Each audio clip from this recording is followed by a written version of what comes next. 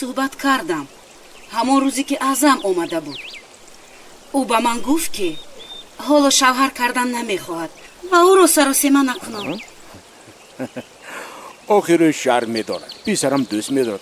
چقدر دختر شما رو دوست میدارد و خودش با او گپ زنان کرده است. تا دمی که ما در سلقین چخچخ داریم آنها باشان آشتی شدند و راستگی ما را انتظارند. ممکن در لبی جوی تگی یکان چینار نشستند و فراموش کرده که در دنیا چی گپ. اگر زیبا راضی باشد من هم راضیم. بسیار خوب. استاد شناخته صحنه تاجیک توتی خان غفارова سال 1916 در شهر خوجند تولد یافتند. مادرشان تخته رحیمова یکی از بانوانی بودند که برمحل فرنگیشان را پرتافته در کارهای جمعیتی فعالانه شرکت ورزیدند. دختر کلانیشان هم مثل مادرشان و این کار مردم سفر برگردیدند. بنابراین برای توتی خان خردسال رفتار مادر و اپهایش عبرت بود.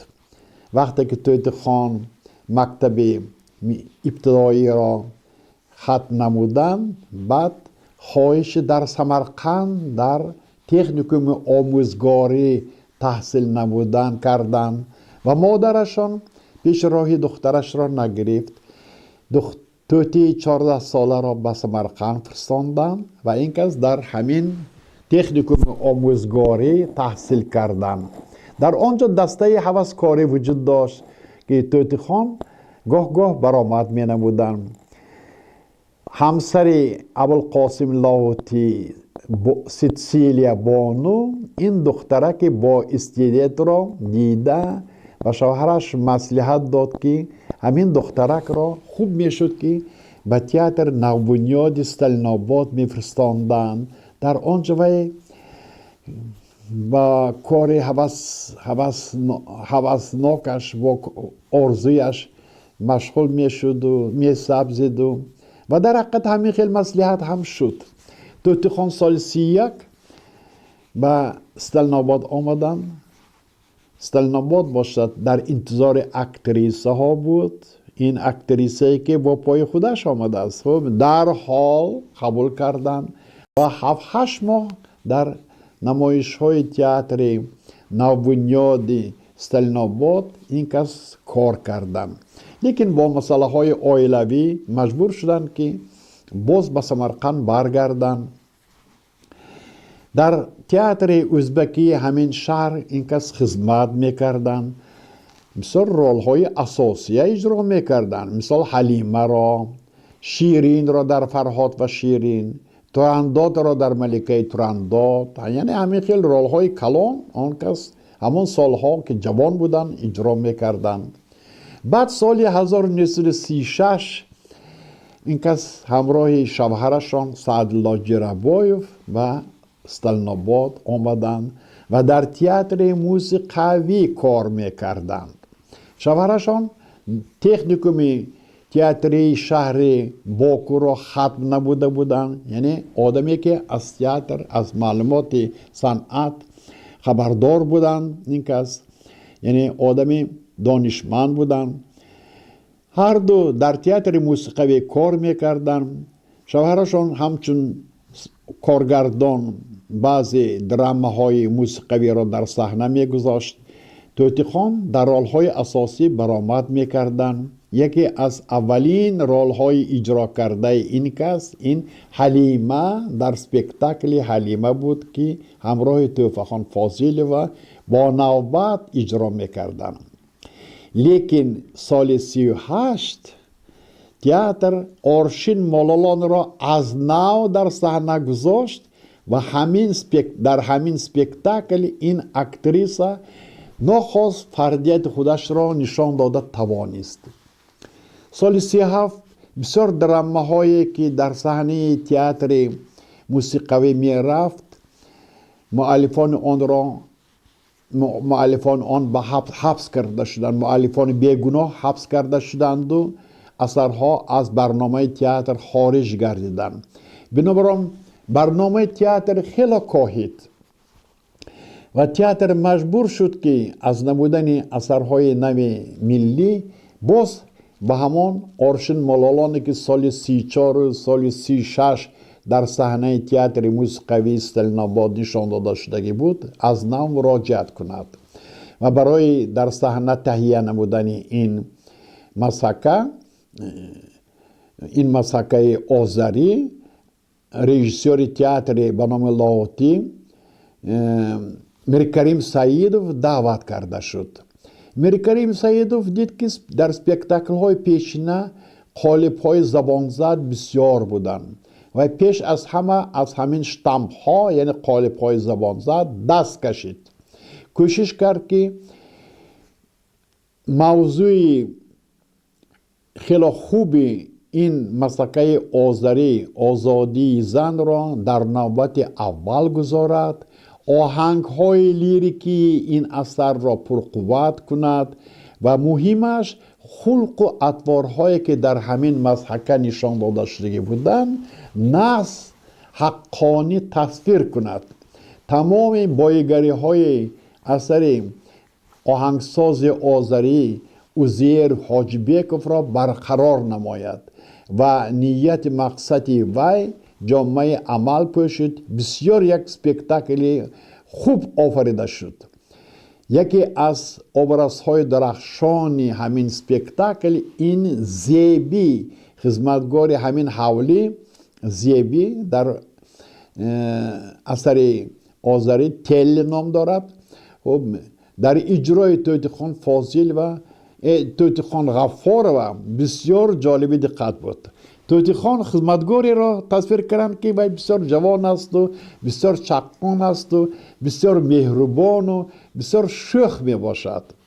وقتی که پرده دوم این سپکتاکل آغاز می یابد دخترای همین خاندان آسیا و گلچهره در ایوان نشسته درزدوزی می کنند و زیبی باشد در بالاخانه برآمده از کوچه در کوچه می‌بیند که آرشین ملالان پیدا شده است. صورت وی را با ایما و اشاره به دخترها تصویر می‌کند. این بسیار جالب دقت بود.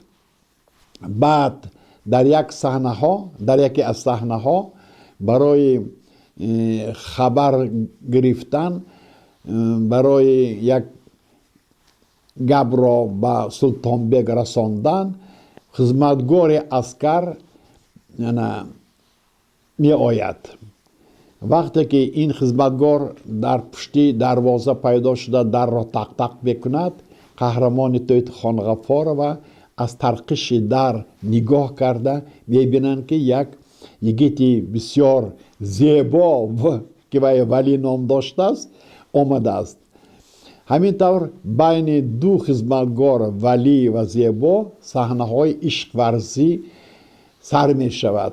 هر دوی اجرا کننده ها هم توتی غفار و هم میربابا زیایف رول‌های خودشان را چنان با شوق بازی می‌کردند و سرودهایی که این قهرمان ها می سراییدند بسیار فارم بود و بار اول در صحنه نقش خدمتگارها بسیار ریالیستی تصویر یافتگی بود که آنها نه تنها به دولتمندها خدمت میکنند بلکه خودشان بخت را آرزو میکنند، خودشان تشنه عشق و تشنه محبت میباشند. همینطور توتیخان در تئاتر موسیقی تا سالهای 42 اینکس شرکت ورزیدن در نخستین اپراهای تاجیک نقش ها آفریدن. آن وقت آنکس آواز داشتن می سراییدن. بعد که آوازشان اندک خسته شد آنکس خواستن که در درام کار کنم و سال 42 اینکس به تئاتر درام می گذارن و سالهای اول چندان در نقش های کلان جلب نمی گردیدن چون که فردیت این کس در ساحه درام نکشاده شده بود.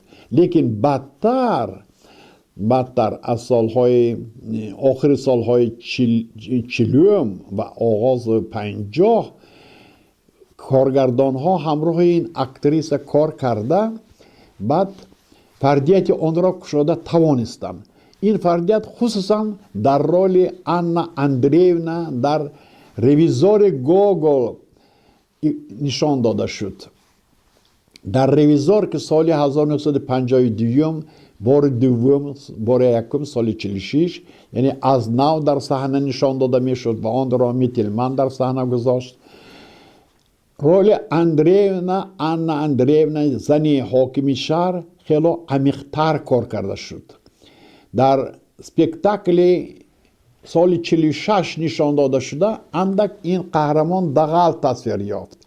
اکنون خاراکتر ریالیستی پیدا کرد و توتیخان غفارова در این سپکتاکل زن حاکم شهر را تصویر کرده ایستاده، یک خانم کم سواد کم اندک فهمشش پست را تصویر کردند که بعد در خاندان آنها پیدا شدن خلیستاکوف، یعنی مهمان ناخوانده که از پتربورگ آمده است. خب این قسمت زن تغییر می‌یابد و حتی همراه دخترش بحث و مناظره میکند و نسبت این جوانمردی که از پتربورگ آمده است و حرکت‌های اشرافانه دارد و گپ زنی‌هایش خیلی عجیب می باشد، یک محبت ظاهر می کند و آهسته آهسته این قهرمان بعد پیدا شدن خلیستاکوف چنان سر و کلابه‌اش را گم می کند که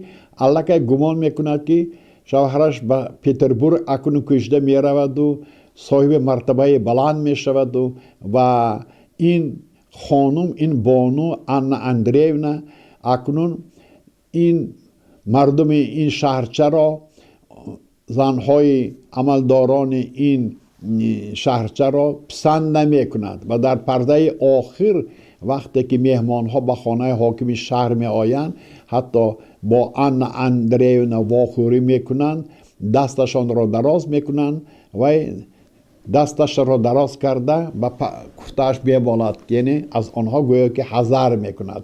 من هم خیلی یک خاراکتری عجایب را اکتریس خیلی ریالیستی تصویر کرده توانست.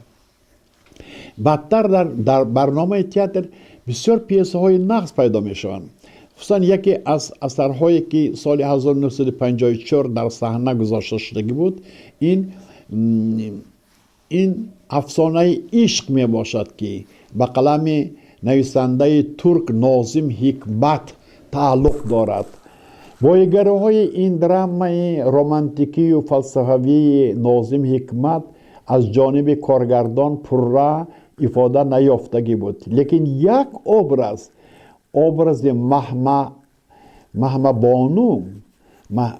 مهمان بانو بسیار جالب دقت بود و این رول نصیب توتی غفارova گردید. مهمان بانو زنی می باشد که در وقتی که خواهر شیرین و میداره گرفتار می شود و قریب است که از دنیا چشم پوشد، مجبور می شود که حسن و حلاوت خودش را بهر تندرستی خواهرش فدا نماید و همین طور هم می کند. به گپ طبیبان می دراید و از بهر حسن و حلاوتش می گذرد و خواهرش را از مرگ، از اجل نجات می دهد. لیکن بدتر مهمان بانو از کار کرده خودش پشیمان می خورد.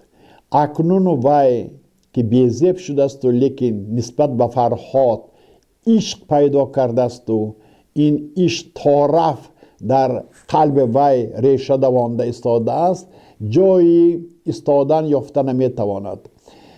در صحنه های بود که این قهرمان مثل مور در زمین خیلی پیچ تاب بخورد و درباره غم و اندوهیش خودش فکر میکرد و راه خلاصی مییافت. حتی وقتی که فرهاد و شیرین میگریزند و میروند، این قهرمان از دستگیر شدن آنها خرسند نمیشود و باز هم در همین دام و تار غم پیشتره خودش گرفتار است. من همین فاجعه بدبختی این زن را اکتریس در سپکتاکل بسیار هم عمیق افاده کرده توانست و این ابراز در بین دیگر ابرازها یکی از غلبه های خوب اکتوری به شمار می رفت. همان سالها تئاتر به نام لاهوتی بسیار پیسه های تاجیکی را هم در صحنه نشان می دادند و یکی از همین خیل اثرهای ملی گناه کی نام داشت که این پیسه را اکرامی و هم سرکارگردان همین تئاتر میتلمن نوشتگی بودم. در این اثر گپ می رود درباره دو جوان، یک پسری همین کمپر آیشه بیبی و هم همسری وی یک دختری روس. پسرش در شهر دانشکده عالی را ختم نموده است، در همانجا با یک دختری روس خانه‌دار شده است. اکنون به دهه‌اش برگشته است، ولی این کمپیر هیچ به این کردار رفتار پسرش سر برآورده نمیتواند. کلینش را بد میبیند، میشمارد که وی همین خیلی میشمارد که وی از ملت دیگر است و عرف و عادتهای آنها را پایمال میزنند. بنابراین یک این زنک نهایت زهر زیادی دارد و نسبت به کلینش این را میریزد، این زهر را، و حیاتی نوی این نونکاهان را تلخ میکند. من همین خیلی یک ابرازی که مثل کبانیخه رعد و برق استروفسکی در این خاندان حکمران می باشد و تمام اهل خانواده را به خود تسلیم کردن می خواهد. من همین خیلی یک ابراز را توتی غفار و در همین اثر، در همین نمایش گناهی کی نشان داده توانستگی بودند. این یکی از غلبه های نوی توتی غفار و در آفریدن ابرازهای دراموی می باشد. ثانی باز یک چند ابرازهای دیگر پیدا شدند. توتی غفار در وقتی که تئاتر با بوی و خدمتگار حمزه حکیم زاده سال 57 مراجعت میکند، یکی از رولهای خوب این رول زنی صالح بوی خانزاده با همین اکتریس سپرده شدگی بود. بوی چند زن دارد و خانزاده یکی از زنهای دیرینه پیشینه این آدم دولتمند می باشد. بوی سرگردان عشق زنهای جوان می باشد. بنابراین به خانزاده نگاه نمی کند، نزد وی پیدا نمی شود قریب. برای همین هم خانزاده بسیار غم می خورد و تا رفت مکاره و هم ویرانکار شده ایستاده است. وقتی که مادر شویش در روی حوالی پیدا می شود و از وضع سلامتیش سخن می راند و در پیش دیگر کلینهایش به تعریف خانزاده سر می کند، خانزاده زود از درون خانه جای نمازش را برآورده در روی حولی در جای نمایان در بالای صوفه آن را پهن نموده و نمازخوانی مشغول می شود تا که نشان دهد که چقدر وی آدم دین پرست است و مادرشویش را عزت می کند و احترام می کند و آبروی بلند دارد. من همین یک شخص دوریه مکار در اجرای توتی غفار و نهایت ریالیستی بسیار باوری بخش تصویر یافتگی بود. لیکن خانزاده در اجرای توتی غفار و نه این که یک زنی که اکنون از چارچوبه قسمت حیات خودش گویا که بیرون برآمده است و به هیچ کس در کار نیست و گویا که یک غمانگیزانه حیات به سر میبرد. نه، برعکس یک زنی می باشد که حالا وی از 100 گلش گویا که یک گلش نشکفته است. وی پنهانی در وقتهای خالی به نزد خدمتگار خالمت به مهمانخانه می آید و همراه وی عشق ورزی می کند. همین صحنه های عشق ورزی خانزاده با خالمت بسیار عجایب اجرا کرده می شدند.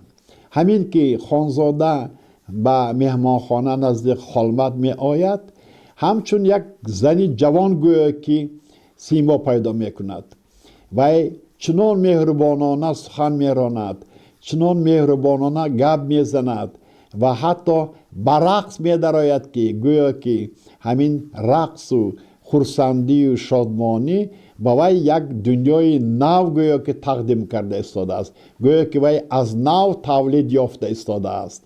من همین طور پهلوهای گوناگون این ابراز از طرف اکتریس در همین سپکتاکل نشان داده شده بود.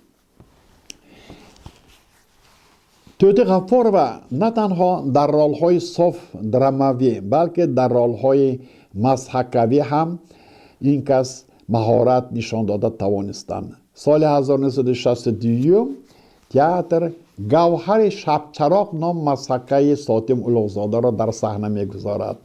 در همین مسحکه در یک حوله کلان یک زن کهنسال حیات به سر میبرد که زیاده خان نام دارد.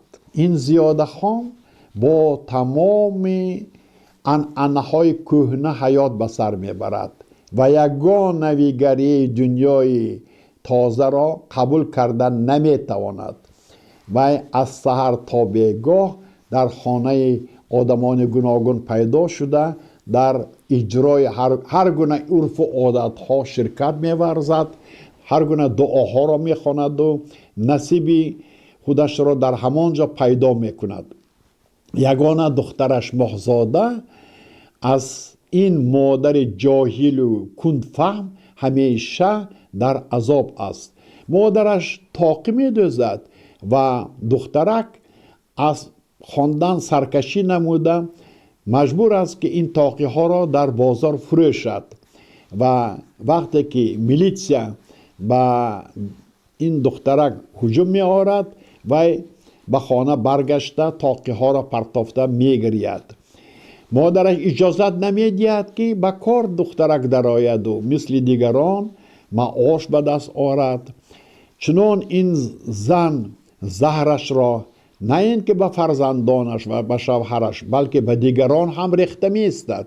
من همین خیلی یک سیمای انسانی گویا که برای جمعیت نوی شوروی بیگانه را اکتریس با رنگبارهای گوناگون تصویر کرده توانست. این قهرمان دم می شورد، دم از نو ملایم می گردد، از نو نرم می شود. چنانچه وقتی که ماهزاده به کار می درآید و اولین بار معاش خودش و تحفه‌ای که از نوع این همین یعنی یک چیزی به مادرش ارزنده یک تحفه تیار کرده است میدهد، همان زمان قهرمان توتی غفارova با خرسندی مبدل میگرد، به شادمانی مبدل میگردد. نخواست زبانش ملایم نفیس میگردد، خیلی خوش معامله میکند و همین که دخترک اکنون به خواندن هم جرأت کردن میخواهد، از نو باز قواقش میگرد، از نو ریش ترش میشود، از نو جهلش بیدار میگرد و زیاده خان با تمام قطعیت خوانش دخترک را منع میکند. فرمان میدهد که دیگر در این خصوص نباید سخن راند. فرمان وی قطعی است. من همین خیلی حالتهای گوناگون قهرمان را در این سپکتاکل اکتریس بسیار عجایب تصویر میکرد. یکی از قهرمان های همین سپکتاکل به طرز شوخی و زیاده خان میگوید که در بیرون میلیسیا آمده است. زیاده خان میترسد که یگان جنایت او را و جنایت صادر نکرد است، لیکن یگان рафтори ӯро ин милитсия ношоиста шуморидааст ки ба хонаи вай ба кофтуков омадааст ва дар қаҳр шуда ба ғазаб омада шӯриш мебардорад ва вақте ки ҳамон шахсе ки хабари милитсияро овардагӣ буд мегӯяд ки акнун прокурор омадааст, зиёдахон мегӯяд ки баромада гӯяд ки зиёдахон мурдагӣ, зиёдахон зинда нест. ҳамин тавр рангҳои гуногуни ҳамин қаҳрамонро тӯти ғаффорова ифода мекарданд.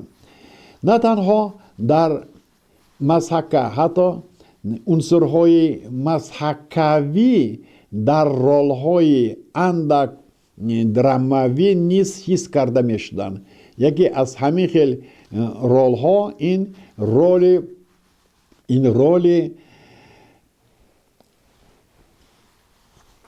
сокина дар драмаи иродаи зани сидқӣ мебошад. сокина колхозчи зан бисёр осудаҳолона зиндагӣ мекунад. шавҳараш бригадири номдор, кишоварзии машҳур, очилкатаро ҳурмат мекунад.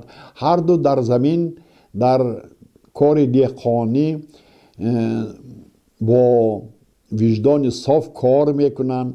лекин очилката шавҳараш як қадар шахси кӯҳна, як қадар иродааш, фикраш хафомонда мебошад. барои ҳамин ҳам гоҳ-гоҳ сокина зидди шавҳараш мебарояду ӯро танқид мекунад ё сухани ӯро рад менамояд. ҳамин тавр байни шавҳару зан як ҷанҷоли хурде барпо мегардаду онҳо бо ҳамдигар гап намезананд, вале дар пардаҳои охир аз нав ошти мешаванд. вақте ки ин зан аз нав ошти мешавад, маълум мешавад ки ин хонум, ин бону ҳоло сифатҳои занонаи худашро гум накардааст. агарчанде дар майдони тахта хизмат кунад ҳам ҳоло вай бо ҳаловат бисёр ҳалиму барно мебошад ва метавонад дар пеши шавҳари худаш ҳамин сифатҳои хуби занонаашро зоҳир карда тавонад. мана ҳамин хел як характери мардумиро тӯтихон ғаффорова дар ҳамин спектакл нишон дода тавонистанд. актриса на танҳо дар асарҳои драманависҳои тоҷику русу дигар муаллифон баромад мекард. ҳатто дар классикаи ҷаҳон бисёр хизмати калон кардааст. яке аз беҳтарин офаридаҳои тӯти ғаффорова ин хонум капулетти дар фоҷиаи ромео ва ҷулиетта мебошад. тӯти ғаффорова дар ин роли начандон калон баромад намуда нишон медиҳад ки капулетти ин хонум бисёр зебо ва бисёр мулоим мебошад. вай медонад ки шавҳараш капулетти одами ба давлат, шахси шинохтаи ҳамин қабила мебошанд. барои ҳамин ҳам чандон бо хоҷаини худ гуфтугузори тезу тун барпо намекунад. вай баръакс духтараш ҷулиеттаро дӯст медорад. барои бахти духтараш вай тайёр аст ки худашро фидо намояд. лекин вақте ки мебинад вазъият ноқулай аст, аз фармони шавҳари худаш гузашта наметавонад. ва мана ҳамин хел як хонуми бо маданияти, як хонуми нармдили хело дилкашро дар ҳамин нақш нишон дода тавонист. актриса на танҳо дар театр, дар кино ҳам ролҳои бисёре бозӣ кардааст. лекин ролҳои дар кино иҷро кардаи тӯти ғаффорова онҳо чандон калон набуданд. лекин ба ҳар ҳол ин ролҳо як характери хусусии халқӣ доштанд. кани шумо хушхабар овардам. дадаҷону шакар медонистед. намебини кор дорам. шумо ҳамеша сер кор. нахуд як дақиқа дам нагиред. бигзор танбалон дам гиранд. барои ман кор истироҳат аст. گوش کنید دادش فرزندانی ما چی گفتی؟ فرزندانی ما سنابر و دودر جان امروز این خیل فرزند ندارم. مایلش بگذار همین طور باشد. دیگر چون این فرزند ندارید لیکن اکنون شما نبیره دارید. نبیره؟ خیل باز نبیره؟ امروز صبح دخترچه همان سنابر صاحب پسرچه شد. رفیقان آرام، من سخن رو با محترم کریمکه میدهم. کریمکه سخن با شما. خواهش نکنیم. Ассаламу алейкум. Здравствуйте. Проходите. Вот где ты. Ай-яй-яй-яй. Ой, как похудел, посмотри-ка. Ну-ка, ну бери-ка, вот на тебе лепешки, молоко. Спасибо, тетушка Тути. Вот. Спасибо, Вот спасибо. видишь, это потому, что ты не женатый. Да, не женатый. Подожди-ка, вот не женатый. Да, не женатый. Я же говорю. Да подожди ты, когда я говорю. Ну, так вот, слушай, вот, например, Майрам. Вот ее муж болел, как звать его? Как Каримджон. Так вот, когда он заболел, они все время в больнице были. Ну что ты, дома не могла его накормить? Подожди. Вот когда он заболел, Марьям 2 месяца из больницы не выходила. Подожди, дай мне говорить, подожди. А ты все один да один. Тебе надо жениться, дорогой. در بسیار فیلم ها رول همین خیل زنان خانه‌نشین، زنان گل، زنان کم سواد را با تمام صفت‌های ظاهری و باطنی آنها نشان داده توانستگی بود. بنابراین خدمت توتی خان غفار و در آفریدن فیلم های تاجیک خیلی مهم می باشد. اکتریسا یک راه دشوار را تهیه نمود، یعنی گذشت گفتن ممکن است. اول وی در تئاتر موسیقی، در تئاتر اپرا خدمت کرد، بعد به تئاتر دراما گذشت، بعد در تئاتر دراما تمام قانون و قاعده های آن را از خود نمود. آهسته آهسته وی کشاده شد.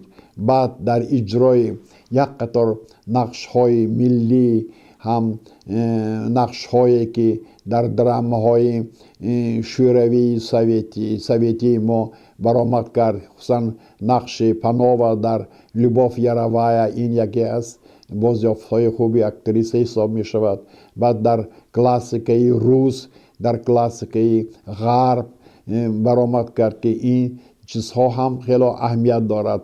نقض در خاطر دارم سال 1962 تئاتر بار اول با گناهکاران بیگناه مراجعت نمود. این اثر استروفسکی در صحنه نقض گذاشته شده بود. یکی از رول هایی که در این سپکتاکل موقع مهم پیدا کرد این کارین که نمی باشد. این اکتریس مضافاتی، اکتریس کم سواد، اکتریس که با هر گونه دسیسه فتنه بسیار آواره می باشد، چندان استعداد بلند ندارد، لیکن همراه شریک نزدیک خودش ملوزاروف تمام غیبت و دیگر فتنه ها را هم با وجود می آورد و هم پهن می کند. من همین یک قهرمان دارم. اکتریس در همین سپکتاکل گناهکاران بیگناه نشان داده توانستگی بود. برای همین هم کارین کنه در سپکتاکل گناهکاران بیگناه سال 1962 نشان داده شده. یکی از ابرازهای خوبی همین نمایش باعث دیدنی بود که اون را توتی غفارова. بغیر از این توتی غفارова در سپکتاکل هایی که به صلح بخشیده شدگی بودن و آنها این موضوع مبارزه ضد جنگی را بر خزانده بودن، در آنها هم اشتراک کرد. خانم منخی اگر چندی زنی خانه نشین باشد هم، لیکن وی در مبارزه که ضد دشمنانی که کره را اشغال نمودن، کره جنوبی را، ضد آنها روی راست برآمد میکند و هم دردی هم دخترش هم شوهرش میگردد و در خانه نشسته ایستاده غم و غم مردم خودش را میخورد. این یعنی گفتن ممکن است که این یکی از آفریده های خیلی خاطر نشینی اکتریس به شمار می رود. این خیلی رول های خورد در اجرای توت غفار و برای آن موفقیت پیدا کردن که وای از چیز خورد یک بدیعیت کامل را تام را به دست آورده توانست.